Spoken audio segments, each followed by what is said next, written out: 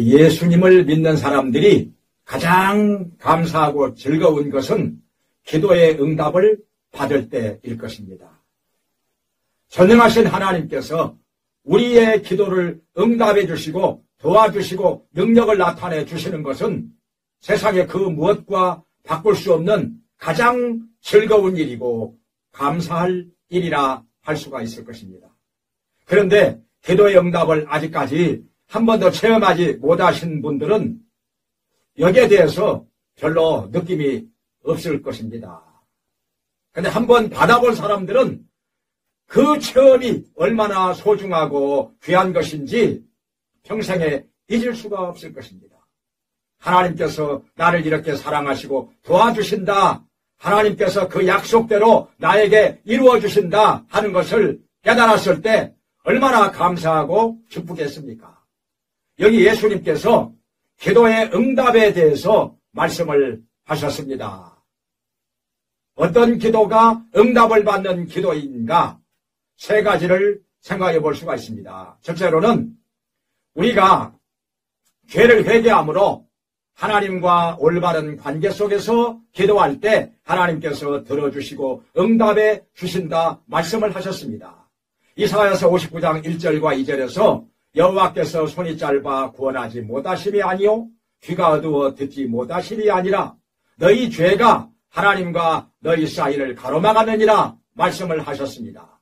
그러므로 우리는 우리의 지은 죄를 낱낱이 자백하고 회개함으로 하나님께로부터 사심을 받고 깨끗한 마음으로 하나님 앞에 간구할 때 하나님께서 들어주시고 응답해 주시는 것입니다. 두 번째로는 어떤 기도가 응답을 받는 기도일까요? 믿음으로 구하라는 것입니다. 너희가 무엇이든지 믿고 구하는 것은 다 받으리라 말씀을 하셨습니다.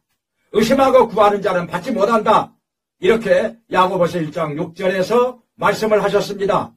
두 마음을 품어 모든 일에 정함이 없는 자이기 때문에 받을까 생각하지 말라는 것입니다. 믿고 구하라는 것입니다. 다 받게 될 것입니다. 또 받은 줄로 믿으라. 그리하면 그대로 되리라 말씀을 하셨습니다.